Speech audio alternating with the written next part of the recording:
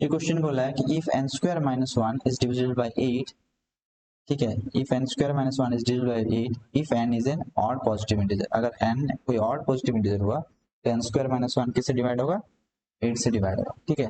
तो मेरे को मालूम है ऑड पॉजिटिव इंटीजर का जनरल फॉर्म क्या हो सकता है। एक फॉर्म हो सकता है कि 2n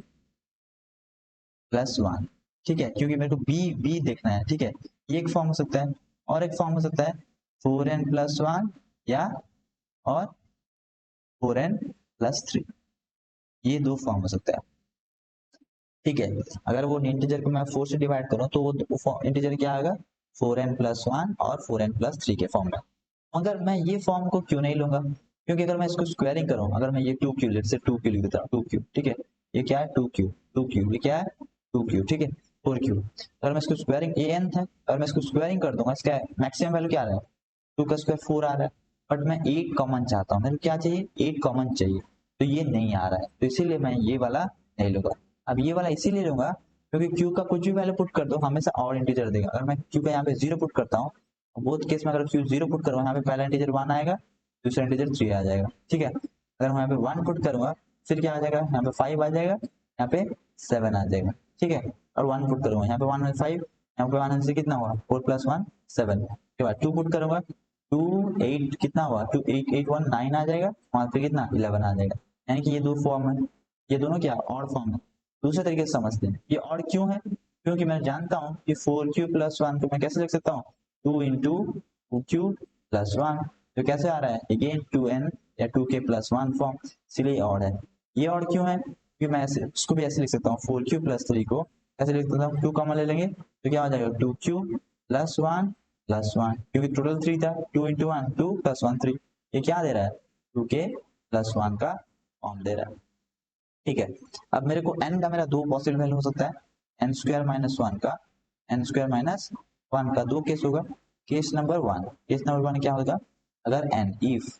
n इक्वल टू क्या हो गया 4q प्लस वन हो गया, तो इस हिसाब से मैं क्या करूंगा स्क्वायरिंग करूंगा, यानी कि 4q प्लस वन का स्क्वायर माइनस वन, ठीक है। दैट इम्प्लाइज इसको एक्सपांड करते हैं 16q स्क्वायर, ठीक है,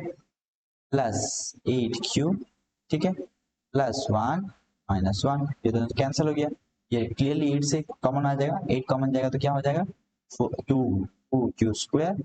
प्लस q, ठीक है। यहाँ पे क्या आ रहा है 8 है ना, 8 के आ रहा है, 8 के मतलब क्या ये 8 से डिवाइड हो जा रहा है, ठीक है। दूसरा केस क्या था, केस नंबर टू में क्या था, इफ n इक्वल टू क्या था 4q प्लस थ्री होता तो, ठीक है, वैसे करना है एन स्क्वायर माइनस वन, ठीक है, ये क्वेश्चन था। फिर यहाँ पे लिखना है एन स्क्वायर वाले कितना निकला 4q प्लस थ्री का स्क्वायर माइनस वन, यहाँ पे कितना देगा 16q square plus nine minus 4 into three 12 into two 24q, ठीक है, माइनस वन, तो 9 से 1 गया कितना हो गया 8 हो गया, 9 से 1 गया कितना हो गया 8। अब यहाँ पे क्या लिख सकता हूँ फिर से, यहाँ पे लिख सकता हूँ फिर से, यहाँ पे थोड़ा लिख देते हैं, क्या आ जाएगा that equal to 16q square minus 24q, okay sorry plus 24 क्यों प्लस में है ना, प्लस 24q, ठीक है, और माइनस सॉरी प्लस एट मेरे को मालूम है सब 8 से कॉमन जाएगा, 8 जैसे कॉमन आएगा यहाँ पे कितना हो जाएगा 2q square plus 3q plus one, ये कैसा आ रहा है कौन सा फॉर्म आ रहा है अगेन 8 के फॉर्म में आ रहा है, इसलिए किससे डिवाइड हो जा रहा है n से डिवाइड हो जा रहा है, ठीक है।